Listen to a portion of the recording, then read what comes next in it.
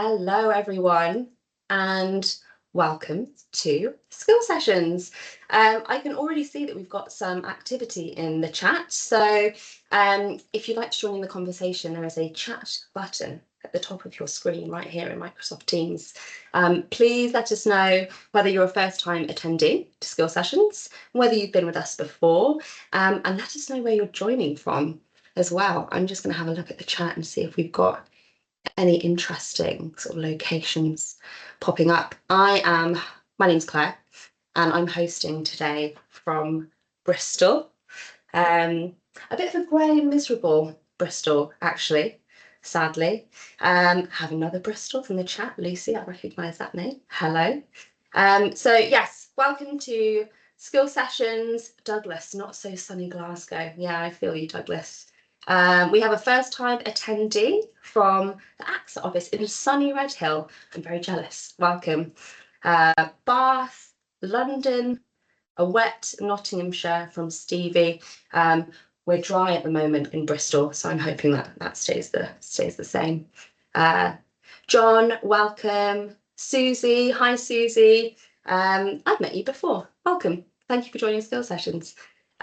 Jennifer, hi from Hampshire, Nottinghamshire too. Wonderful. Thank you all so much for joining us today. Just going to leave a couple more minutes for people to enter the webinar. So again, if you've just joined, the chat button is right at the top in Microsoft Teams, asking you to put your name in the chat and let us know where you're joining from today. My name's Claire and I'm hosting from Bristol. Another London. Do we have any international audiences joining us today? From Kirkby Lonsdale, Swindon, just down the road,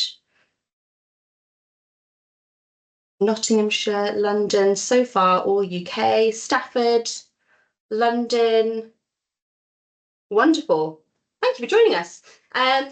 Had a question in the chat which says, I'm unsure what this is for. So let me tell you all about Skill Sessions. I'll do a bit of housekeeping for you so that if you're new and you're a first time into Skill Sessions, you have an understanding as to why we host these events and the intention of these events as well. So today, if you've joined a Skill Sessions event before, we're normally on Zoom. This time we're on Microsoft Teams. So not only is it our first Skill Sessions event in Microsoft Teams, but it's also our first panel discussion in the event series, which is super exciting. We'll be welcoming Nicki Kelly and Jen Manuel from AXA UK to talk about inclusive recruitment. So AXA, if you're not familiar, they're one of the world's largest insurance companies, and they're proud to be a disability confident employer. They've got more than 10,000 employees at their UK branch. Now, as a disability confident employer, AXA UK offer all possible candidates support and access to the industry-leading Accessibility Concierge service, which we'll hear more about a little later. But before we get stuck in with our panel today, I just want to welcome all of you to Skill Sessions. And just to caveat with, I've experienced a bit of a cold this past week. So if I sound a bit bunged up, I apologise. You're going to have to listen to me talk for the next 50 minutes. So strap in and thank you for your patience. So whether you're brand new to this webinar or you've been with us before, welcome. Thank you for coming along. We've been running these events for about 18 months now, and there's a community of almost 2,000 of you, which is huge. The objective of these events is to bring you experts and speakers on a range of topics around inclusion and neurodiversity in the workplace. You can always find the latest events on either the CareScribe website or by following CareScribe on LinkedIn. We've got all of our past event recordings available for you to watch back at your own pace, at your own leisure on our website. And we have summaries and additional information for you to explore as well. So I think a member of the team is dropping a link to the events page and our LinkedIn page in the chat. So if you're curious and want to see the other topics that we've explored, please do go and have a look. So I've talked to you a bit about Skill Sessions. Who are we? Who am I? My name's Claire and I work at a company called CareScribe, and we're the organisation that makes these events happen. We're an award-winning software company based in Bristol, and we create assistive tech to help people who are neurodivergent or who have disabilities to be more productive and to be more confident in their work or in their studies. We've got 2 products, Captioned, which is note-taking and captioning software, which helps people capture and comprehend just the piles of information which gets thrown at them either at work or in education. And we also have TalkType. TalkType is highly accurate, lightning fast dictation software, which works on all platforms, whether that's Mac, Windows, Chromebook. It works on mobile as well. So if you're curious and you want to know more about these products to find out how they can support your teams and your workforce, or your students if you work in education, just drop a message in the chat and one of our team is going to reach out after the session for you.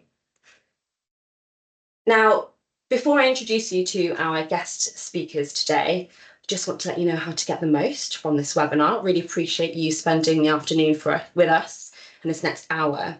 So first thing to share is that we're going to send a survey out in the chat towards the end of the session where you can let us know how you found the event, and you can also request a certificate of attendance if you feel like that would be helpful. We also really encourage you to join in the chat and talk with other people in the call.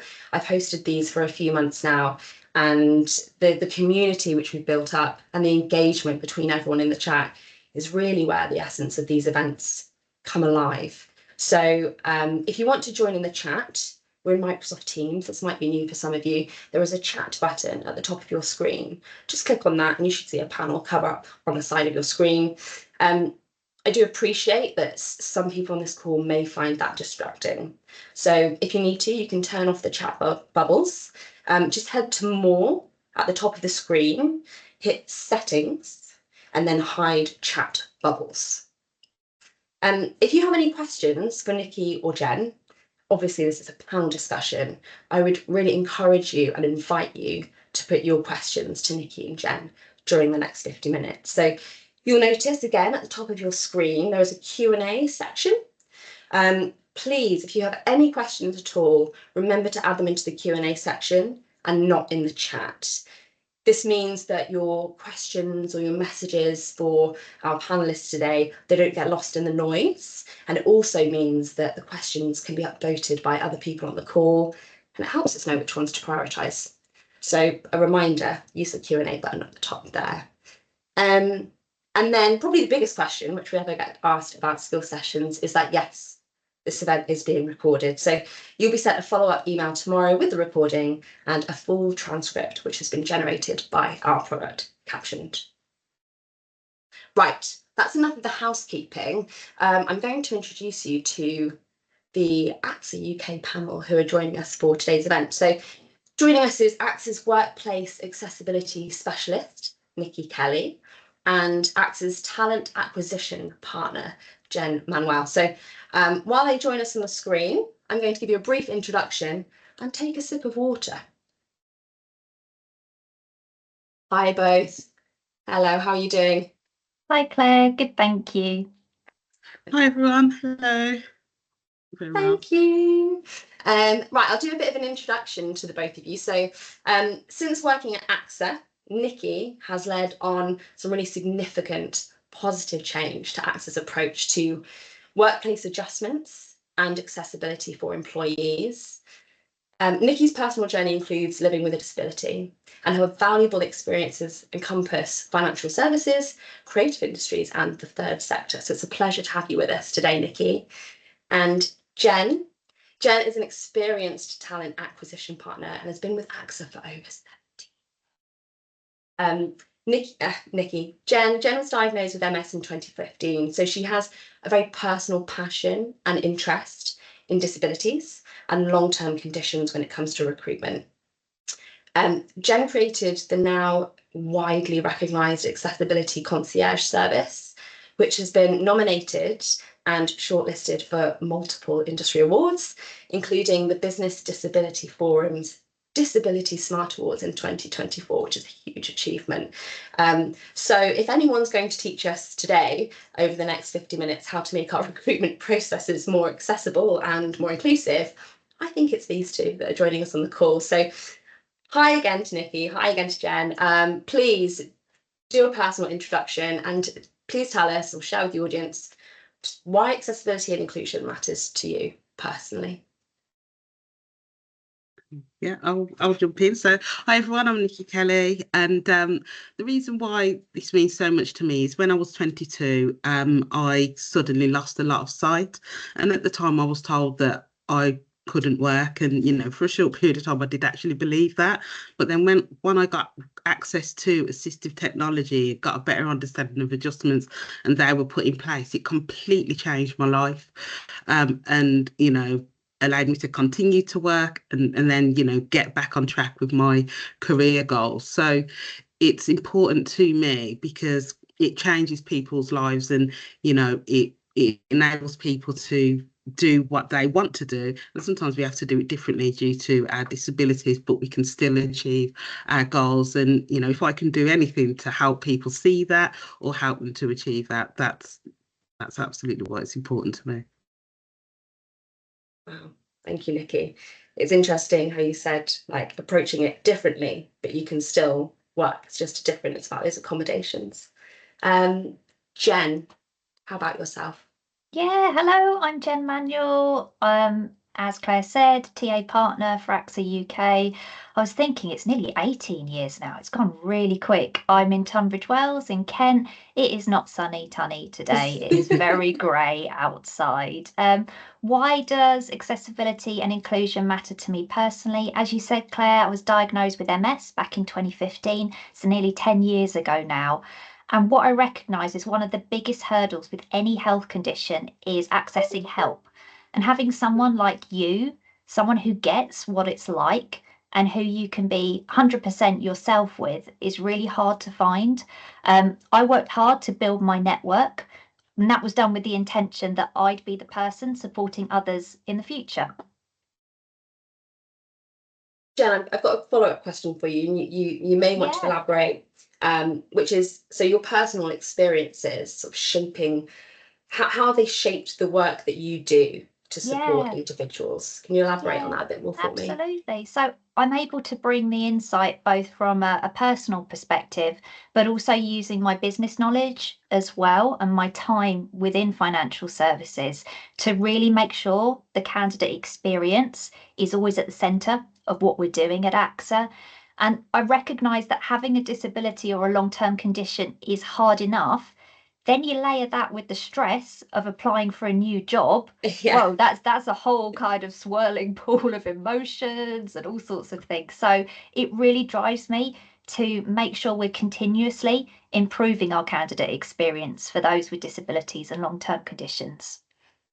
Yeah, you're so right, Jen. That is it's stressful for anyone going through that process, isn't it? It's such a work's such a huge part of people's lives. So I totally hear you on that.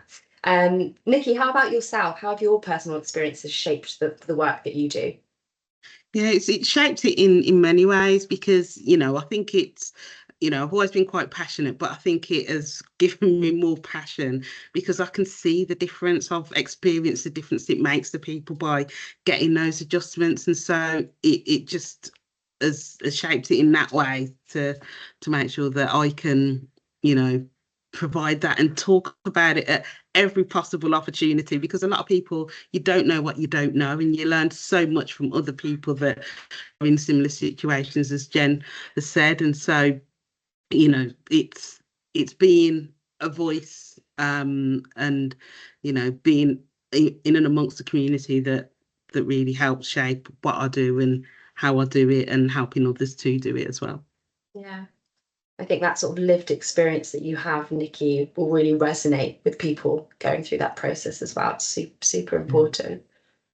So we're here today, you've joined us today to talk about inclusive recruitment, and to talk about AXA's Accessibility Concierge service. So should we just start off with asking the questions that everyone on the call understands and knows? Jen, I'm going to ask this to you.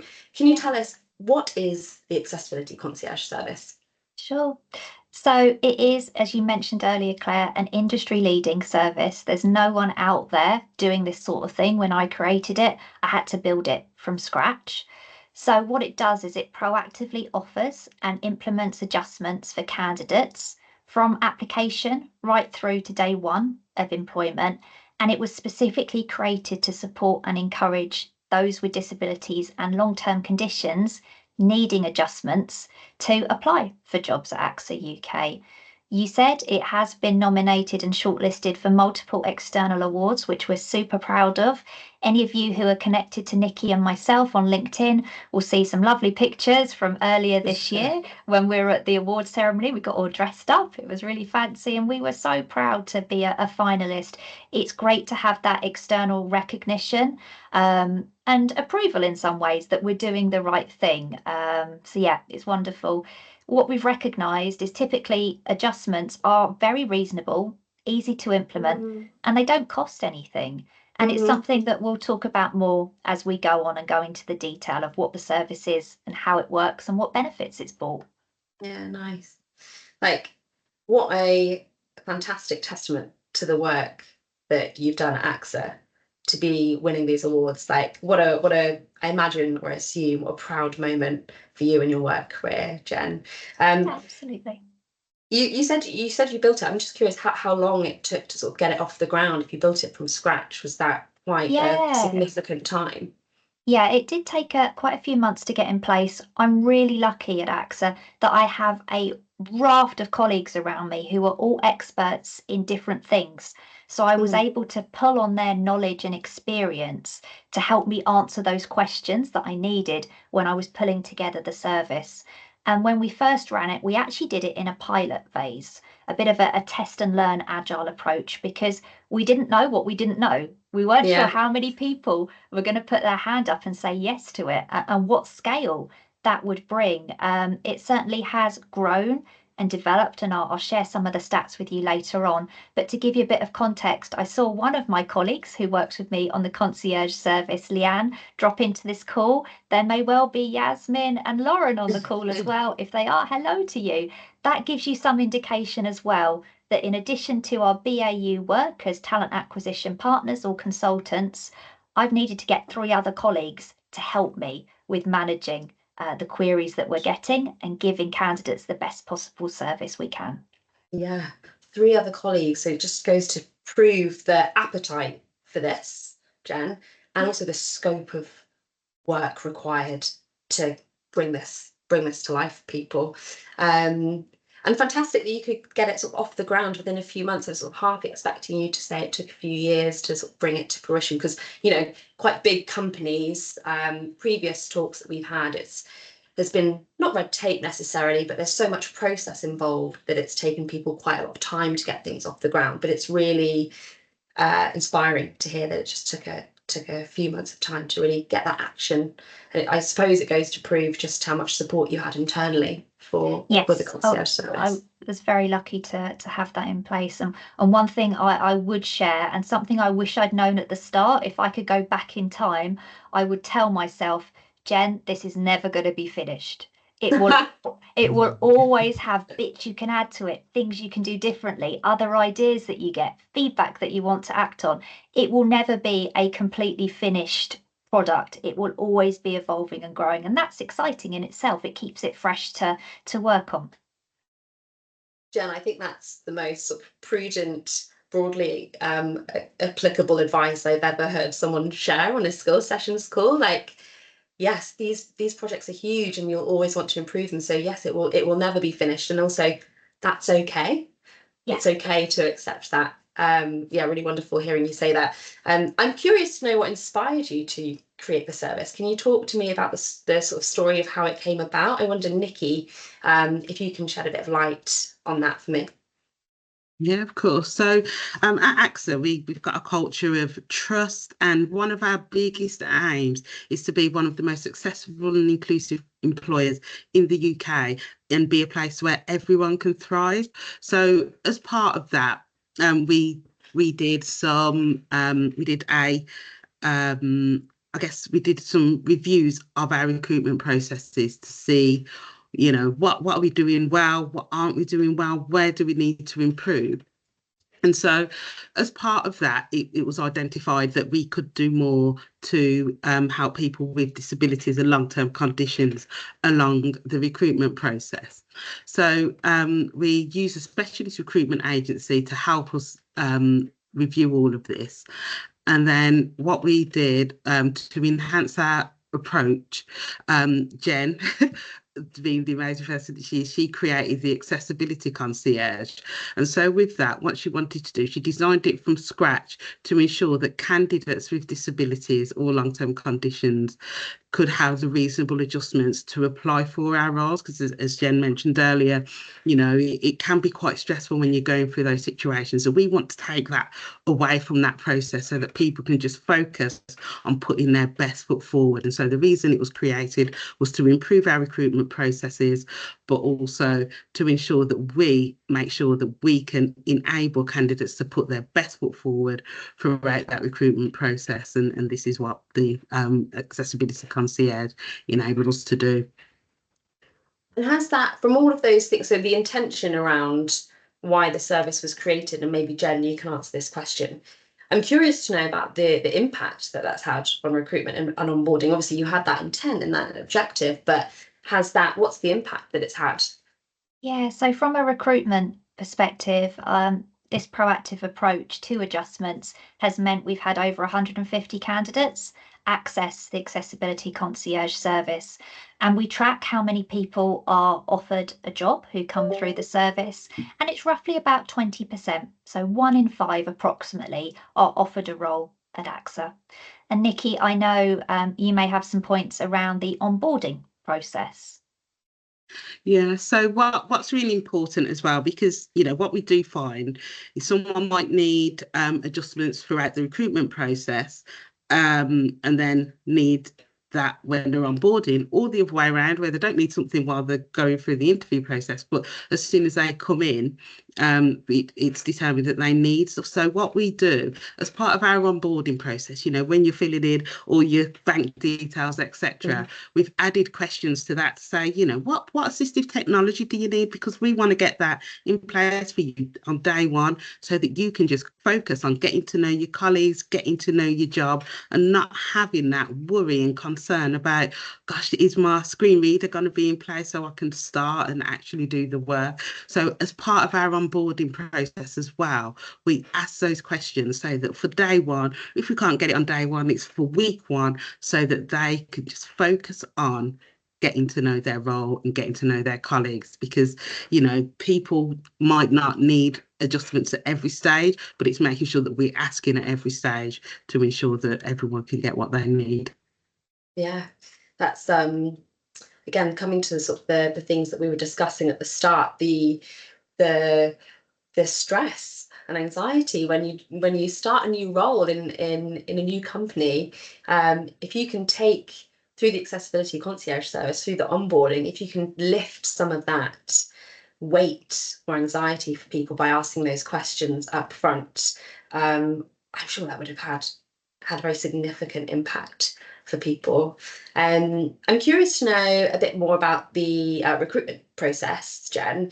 Can you share sort of some tangible or practical examples of how the recruitment process at AXA has been adapted to accommodate some different needs? I think that would be, those practical examples would be really helpful for people joining us on the call today, just to bring it to life a bit more. No worries. So I've got a couple of real life examples that I can share with you. So first candidate I'll talk about, the accessibility concierge worked with Arctic Shores, who are one of our partners. They offer a behavioural based assessment tool. And what we did is we worked with them to have the assessment adjusted before the candidate completed it. So the scoring took into consideration any challenges that candidate may encounter. And we also offered them additional time for a role play element of their video interview as well. We had some great feedback from this candidate, which I'll read verbatim to you so that it lands correctly. So they shared with us that the concierge service made the whole process easier. I was initially quite concerned at the beginning how much my disability would impact me. Having extra time really helped and allowed me the chance to better understand the task and what I had to do. I was applying for quite a few jobs and no other company or recruiter had contacted me regarding my condition or what they could do to accommodate this, even when I had mentioned it. And that's something that there's lots of things in there that really hit with me, the no one else having asked the question. That makes me really proud what we're doing. It also makes me really sad that others aren't doing that, because I recognise, as I mentioned earlier, it's hard work applying for jobs and having interviews. This person is applying for multiple jobs and they just needed a bit of help so that they could perform at their best. We could remove some of those barriers for them. The second example that I'll share with you. So this candidate, we sent them the interview questions in advance, ready for their interview, providing them with some preparation time. And we actually work with the Business Disability Forum. So they're a partner of ours. And we called them for advice and guidance on the adjustment recommendations. And again, I'm going to read this feedback verbatim to you.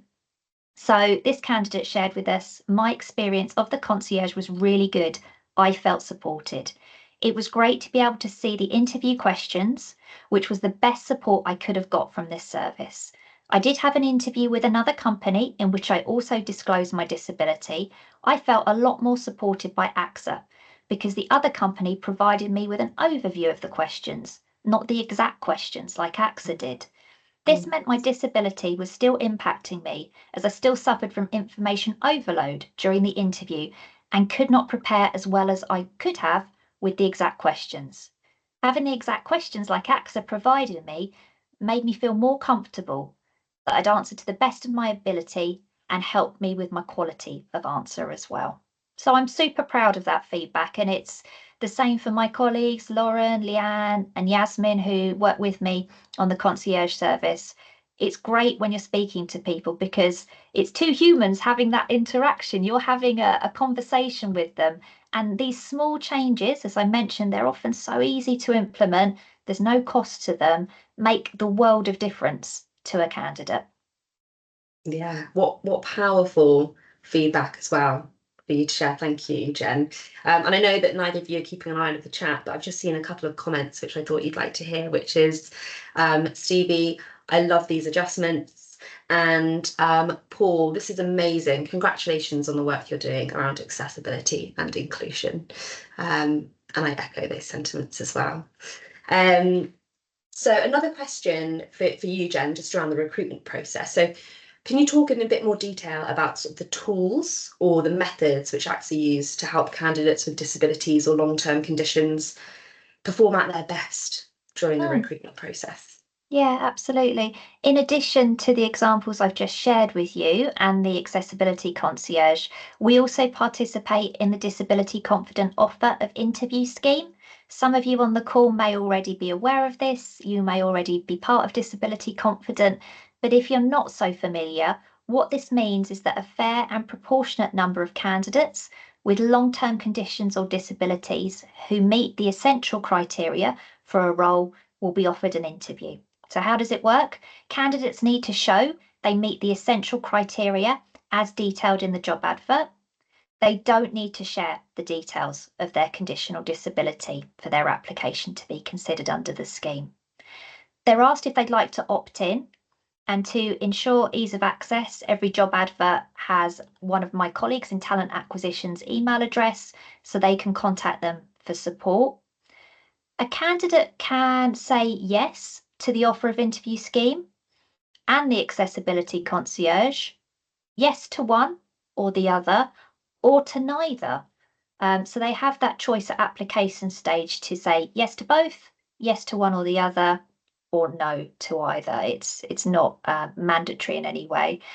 It also applies to all of our candidates, both internal and external candidates. And that's another learning I would share with you. Sometimes there's a perception of, oh, it only applies to external people. It doesn't. It applies to everyone who already works at AXA. They can still partake in the offer of interview scheme and the concierge service. Nice.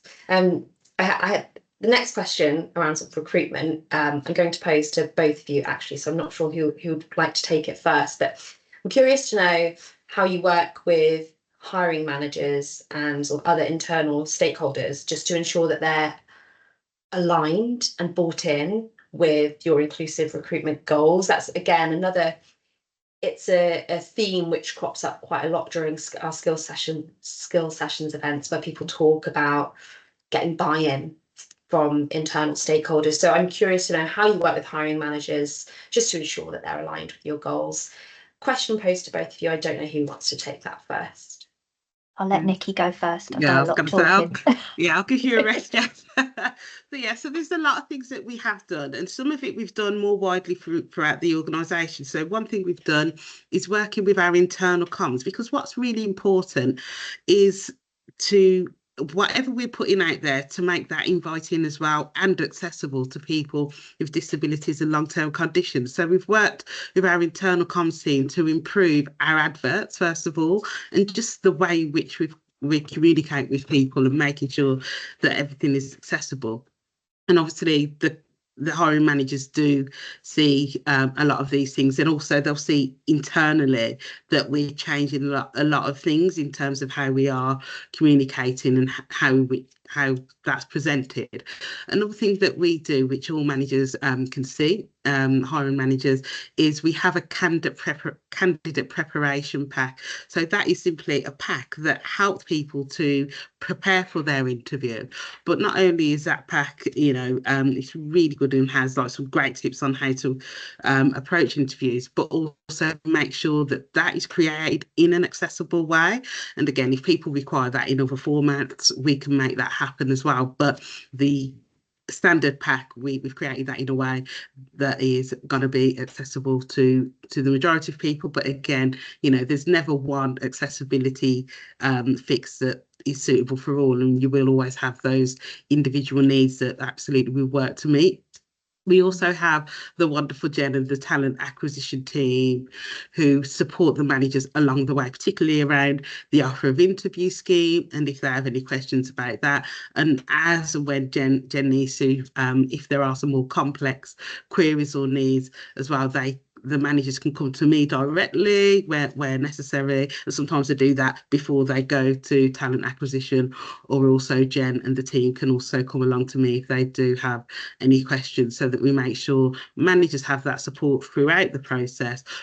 But if they need some more complex stuff, that's where it tends to come to me, in terms of aligning and making sure hiring managers know about that. And we did some sessions as well, both for our recruitment teams and talent acquisition, just around the offer of interview scheme as we were launching it, so that we made sure that everyone knew that this is what we're going to be doing, and this will really help us at AXA to achieve our goals of not only being an inclusive place to work, but proactively including disabled people, and attracting them to our business.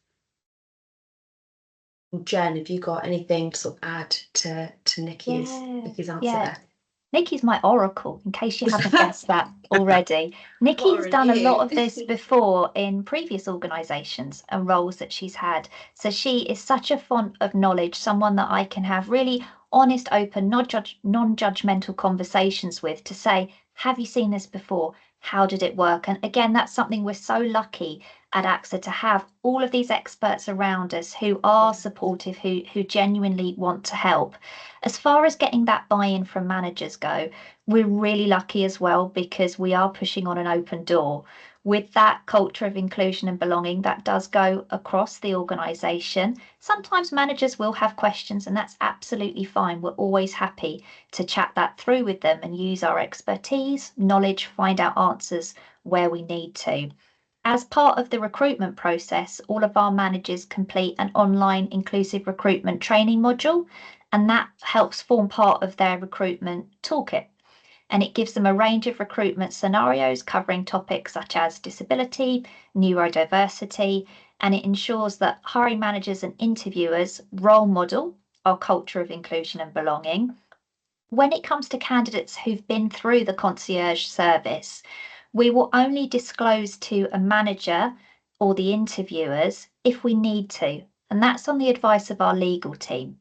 So if a candidate needs extra time for their interview, of course, we're going to need to share with the manager, this candidate requires extra time, because otherwise they're thinking, why is that interview longer than everyone else's? But what we don't do, and we don't ask candidates even, but we won't talk to a manager about someone's specific condition. It's only about the adjustments they require, We have a conversation with them before the interview to make sure they're comfortable with everything and answer any questions that they have. And I would say overwhelmingly, hiring managers are really supportive and wanting to do the right thing by candidates. Wow, what all the stuff you just talked about there, Jen and Nicki. So I think it comes back again to that culture that you describe of inclusion and belonging. And you said you're pushing against like an open door, which is, it's just fantastic. And my experience of the conversations I've had with people in similar roles to yourselves, like that's such a big hurdle to overcome. So if that's the culture that you have at AXA, like just how brilliant and rewarding for you to be able to bring this to life, essentially. Now, again, calling back to previous conversations that I've had with speakers on skill sessions, when it comes to inclusive recruitment and inclusion and belonging, it's not simply enough to sort of talk about the strategies that you're implementing or the activity that you're working on. A really important thing, especially for senior stakeholders and the board, and questions that we often get asked is about demonstrating success and impact. So Jen, I don't know if you can add a bit more context or colour to how does AXA sort of measure the success of these inclusive recruitment strategies that you've just described? Are there any sort of specific metrics used? Yeah, so we mentioned earlier around that conversion rate that is tracked on how many candidates come through the concierge service and what percentage of them are offered a role. So that's a statistic that we use. We also look at feedback as well. So we engage with candidates and employees to provide feedback on the service and use it to improve. Myself and my colleagues are always keeping our eyes and ears open as well to things we've learnt, things we've seen in the outside world. What else could we add to make those improvements? Our focus on inclusive recruitment also continues to support our disability confident leader level status. So it's up for renewal next year. And I know from previous work we have done around disability confident, the concierge plays a part in that renewal and the success of that scheme. And I've actually got something hot off the press for you, Claire, that I added into, I know, exciting. I can't take full credit for it. Nicki made it as a suggestion. She's like, Jen, what about this? I'm like, oh, yes, that is such a good point. But we have recently upgraded our ATS, so our applicant tracking system.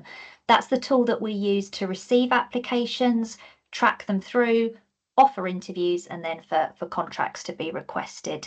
And as part of that design, we focused on inclusivity by design, ensuring there were no barriers to entry as part of our application process.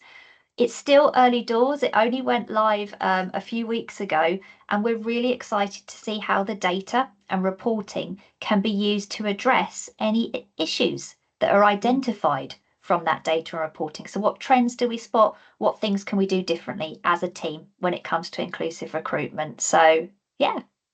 Nice.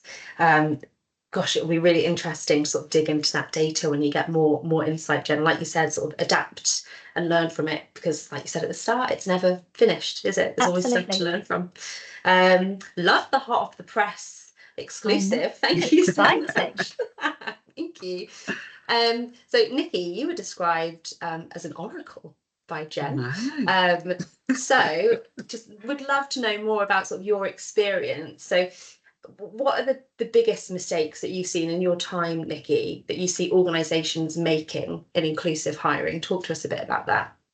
Yeah, so there's a few things that I see quite regularly, and I know Jen spoke about a little bit earlier around how, giving the questions to somebody, and some companies will give oversight rather than the questions, and I think there tends to be a bit of a feeling that by giving someone the questions is going to give them an advantage, and it really doesn't. It just levels the playing field.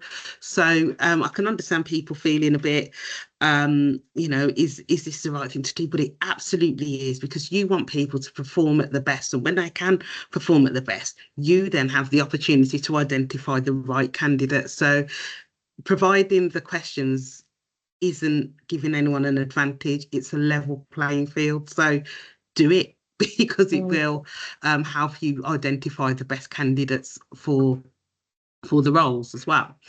One thing that I do find quite challenging is I know a lot of companies use assessments and tests as part of their recruitment process. And, you know, when you look at the test versus the role, does that test really have anything to do with what that person's going to be doing day to day? So if you are going to assess someone, absolutely, I think these are really beneficial when it comes to those technical roles where you need to get an understanding of someone's technical knowledge. But actually, when you're doing certain assessments, or, you know, it just, is it relevant to the role? Does it reflect what they're going to be doing? If not, is it really needed? So I think, you know, a lot of companies do that when actually you don't need to if it hasn't it isn't related to the role that they're going to be doing, because that's what you want to measure people against. Can they do what we are expecting them to do on a day-to-day basis? So that is something that is really, really important to do. And one thing that I'm, you know, doing quite a lot of research, because this is evolving at the moment, is AI. So, you know, a lot of companies are now looking to see whether they can get AI into their recruitment process, and in some ways absolutely do it. But, you know, what we are finding with AI at the moment is that by design, a lot of it is putting people with protected characteristics, disability and others at a disadvantage. So if you are going to do it, you know, really investigate what you're going to be using, because you don't want to implement systems and AI that, you know, undoes a lot of your hard work. So really look into that. Is it relevant? Is it needed? And really mark people against what they're going to be doing, rather than, you know, this is a test that we've always done. Solid advice, Nicki. We've got a few more questions left, which I wanted to put to you, but we've also got loads of questions coming in sort of through the chat. So what I'm going to do is I'm going to mix it up a little bit and pull a question from the chat, if that's okay with you, just so I make sure that we've got like enough time, because yes, it's really sparking some interesting conversations. So, and again, just a reminder to people, if you do have a question for Nicki or Jen, just use the Q&A sort of button at the top of the screen there. So there was a question here from Mark, which says, it would be good to understand how the support that you've described helps colleagues with career progression, life once hired, is their question. So I suppose we've talked a lot about onboarding and recruitment, but how does it help all of those wonderful things that you've described? How does it help with career progression once in AXA? Hopefully I've understood that question correctly, Mark. And Jen or Nicki, I don't know who would be best posed or who wants to answer that question. Nicki, do you want to take it from an workplace adjustments perspective? Yeah, absolutely. So, you know, once someone is in the role, and one thing we do as part of our onboarding, and this is relevant to this question, I promise. So when people are going through the occupational health process, which everyone has to do in every single organisation, when they're starting a role, it's like a new starter process where you ask them questions about their health. As part of that, we also, if someone answers yes to some of the questions, we get a nurse, an actual occupational health nurse, to call them back, get more detail. And as part of that, if it's identified that actually this person may need adjustments, we then try to get a workplace needs assessment done before that person even starts, so that, again, as soon as they come in, they've got not just the standard adjustments that they might need through the interview process, but again, the adjustments that they need throughout their career. A few things that we are working on developing at the moment is a tailored adjustment plan as well. So say that, for instance, you've got your adjustments in place for day one in your job, and now you're looking to develop into another role. We're going to create that tailored adjustments plan, and a lot of people may know that as the adjustments passport, so that people have a document, and, you know, it's up to the individual how they share it, so that they can share it in maybe an interview internally to say, you know, these are the adjustments I need for that interview. And again, obviously they can go for the concierge, but also when they're working with new managers, they've got that document to say, look, these are the adjustments I've got in place. This is what I need to thrive in my role, because that is what it's all about, enabling people to thrive. And, you know, you don't always, as someone with a disability, be constantly telling people, look, I've got this and this. Whereas actually, if you've got this document, you can either pass on that document so that, you know, that is factored in, or obviously you can have those conversations with your manager. But one thing we're going to be doing as well next year is making sure that as part of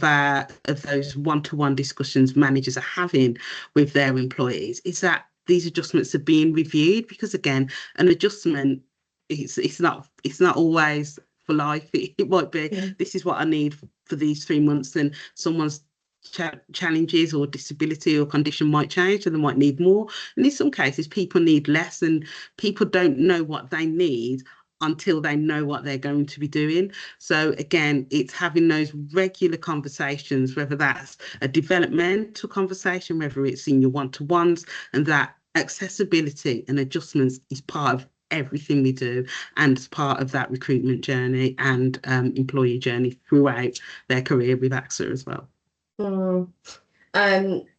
Really important point that you make there, Nicki, around sort of revisiting that conversation. It's not like a one and done.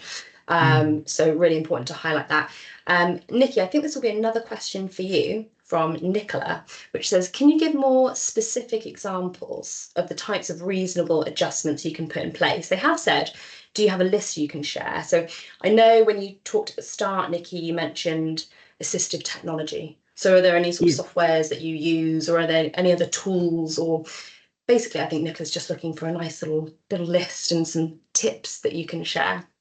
Yeah, absolutely. Because, you know, the thing is, it's really hard to share a list because it really is on a case-by-case basis. But there are certain software packages that it's really good to have a suite of certain bits of software, including captioned and talk type, so that, you know, you've got those go-to software within your business. But it really depends on the role, and it depends on the individual, and again, what's reasonable in the business. So Nicola, you can contact me on LinkedIn if you want some more specifics, but there's loads of different bits of adjustments, and it's really hard to say. So if you've got a scenario, you know, I can come up with some general adjustments, but it just really depends on the individual, the business and the role. So I know that's a very HR answer, but it has to be on a case-by-case basis because everybody's different. So you could have two people with the same condition who need completely different adjustments. So it's really hard to just say, yeah, here's a list. But if you've got scenarios that you want to talk through, I'm more than happy to help. Oh, that's very kind, Nicki. Nicola, hopefully that gives you a bit more insight and a bit more of a direction. We have another question here from Mark, and they ask, so when it comes to neurodivergent applicants, can the presenters give some examples of how they support this more specialised area in terms of thinking and communication styles? So the example they've given is eye contact and how they can be interpreted. I can take that one. Hello, Mark. So from an accessibility concierge perspective, we never ask what someone's condition is, only the adjustments that they require. So if a candidate was to say to me, Jen, I'm unlikely to make eye contact with my interviewers, first of all, I'm confident that managers who've completed that inclusive recruitment module will have a good awareness that someone who is neurodivergent may or may not prefer to make eye contact with them. And the reality is, the impact of someone doing their job by not making eye contact, there isn't going to be an impact at AXA. A lot of the jobs that we do, sometimes we'll have people on the phones. Sometimes they will have face-to-face meetings with clients and brokers, for example, but that won't impact someone's ability to do the job. But if a candidate was to say to me, Jen, I'd like you to let my interviewers know that, that's something that I would have a conversation with them about as part of that hiring manager briefing before the interview. But we will very much personalise and tailor the adjustments that someone needs before their interview. And Nicki made a good point about things being different dependent on the situation. So there may be multiple stages to an interview process, and what someone needs for a first stage interview could look different for a second stage interview. So we'll continue that conversation with the candidate and have that relationship with them throughout their application and interview process. And I just wanted to pick up as well on Nicki's point, and one of the other questions, apologies, I can't remember who asked it, but about having a tick list. So we don't have a tick list or a list in the concierge of what adjustments we can put in place for interview. It is about truly personalising it to what that person needs at that time for that particular scenario. Mark, I hope that helps. What a wonderful answer. Thank you, Jen. Lots of information shared there. There's a question here I've just noticed at the top, which actually I think is a question for me. And I hope I'm pronouncing your name correctly, Althea. They said, how does this work? If I see a post or a company which I apply to, where does CareScribe come in? So just for the clarity, if anyone missed the introduction of this call and you were slightly late joining the webinar, so the skill sessions events are hosted by CareScribe, which is the company that I work for, and we create assisted technology software. So we have two products, Captioned and TalkType. And the AXA team will be familiar with those. So the AXA team are talking today about their inclusive recruitment processes. So very, very separate, how CareScribe and AXA sort of work together. Could I just jump in there as well? Yeah, of course. Another great thing that people can access is access to work. So if, for instance, you've got an interview and you need communication support, you can contact Access to Work, who can help provide that support for you, and that is open to anybody in the UK.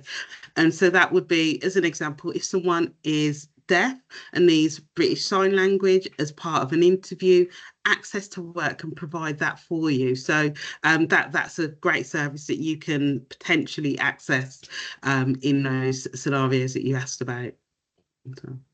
That is such a brilliant thing to interject with, Nicki, because Access to Work is, I think, one of the best kept secrets in the UK. It's such a wonderful service and provision for professionals going into work and staying in work. So I would highly recommend seeking information through Access to Work. There's a government website about it, and you can get access to sort of various provisions, software, hardware. CareScribe's products are part of Access to Work as well. So do please go and have a look. It's also, we've hosted a skill sessions event all about Access to Work before. So if you go to the CareScribe website, you can find out more information about the scheme and how it could benefit as well.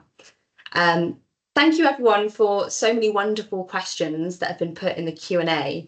Jen and Nicki, we have a few moments left, so we've got enough time for one last question, which is, what's one practical takeaway that you'd like the audience to remember from today's discussion? Nicki, do you mind answering that one first? Ooh, yeah, no problem. I think I'm just trying to think of the one. I think for me, it's all around being proactive and asking candidates at every single stage.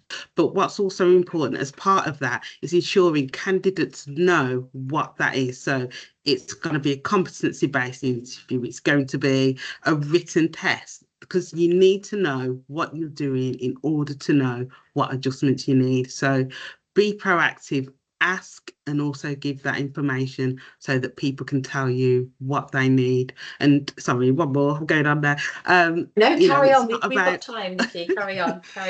Yeah, it's not about understanding what someone's disability is. It's about asking, what adjustments do you need? Because, in many cases, and with the work that I do on a day-to-day, the disability, if someone tells me they've got this condition, it really doesn't matter. I need to understand how it impacts you and what I can do to reduce or remove those barriers. So knowing what someone's disability isn't what I'm looking for. It's understanding what your challenges are and what we can do to help you overcome those.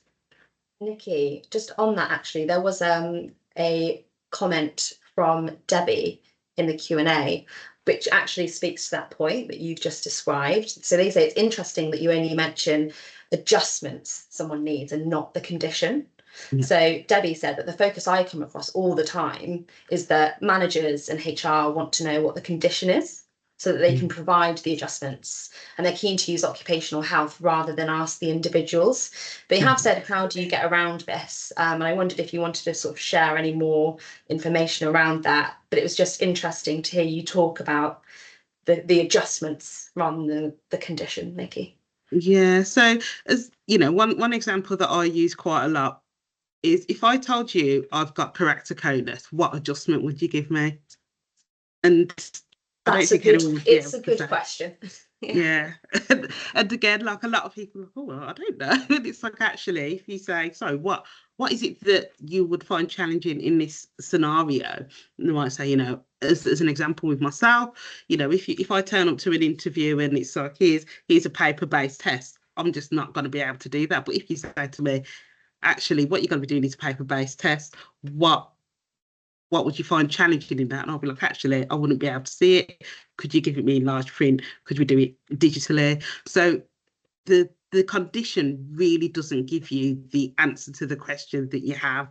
So it's all around explaining those scenarios, and you know, use that example because you know it's about making people think, because a lot of these things you know are quite logical, but until you flip it in terms of the way you answer it, then you don't realise actually that makes a lot of perfect sense. Let's just find out what your challenge is, not what your condition is, because we're you know, and again what we work towards is a social model of disability. So what the social model is, it's all around, it's society that creates barriers for people with disabilities, not their condition.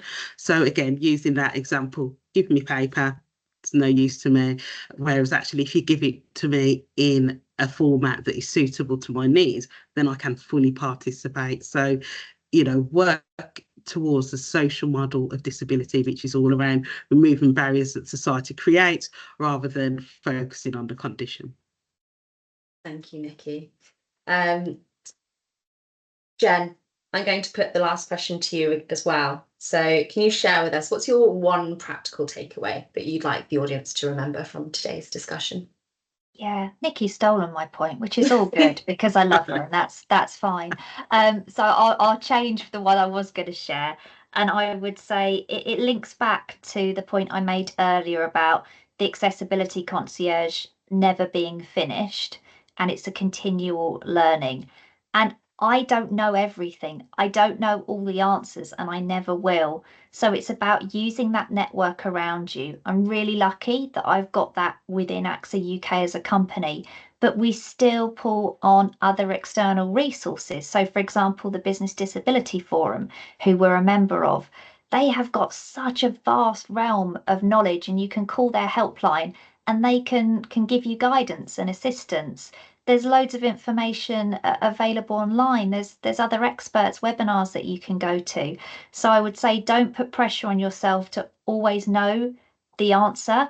As long as you are asking good questions with genuine intent and trying to do the right thing by candidates, you can't go far wrong.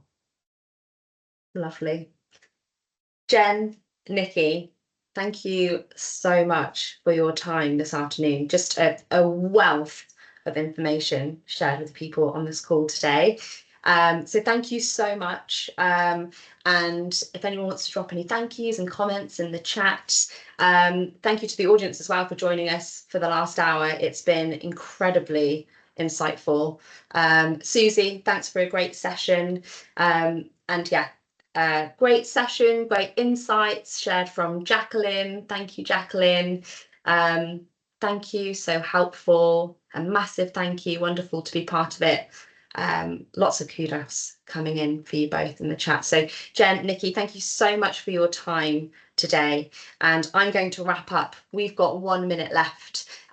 So you should see, if you're in the audience, you should see that our team are posting a link to the survey, which I mentioned at the start, where you can request a certificate of attendance if you'd like one. So have a look in the chat for that. If you enjoyed today's webinar, please help us spread the word and tell people about these events. As I said at the start, we are just shy of 2,000 community members, and it would be wonderful if we could hit that number before next month's event. So whether you're mentioning it to a colleague in the corridor or sort of sharing it on LinkedIn, every bit of word of mouth helps. And simply, we're eager to grow this community because we want to create a valuable network for people. So whether you're neurodivergent yourself or you manage a team of people in an organisation and you want to understand how to support them better, these events are designed to sort of help you. Speaking of these events, next month's event is about how to get leadership on board with neuro inclusion. We're going to drop a link to the registration in the chat now, and it will also arrive in the follow-up email, which is coming to your inboxes tomorrow afternoon. So that is all for today. Thank you so much, everyone, for your time. Thanks again to Jen and Nicki for joining us as panelists, and we will see you next month on the 5th of December.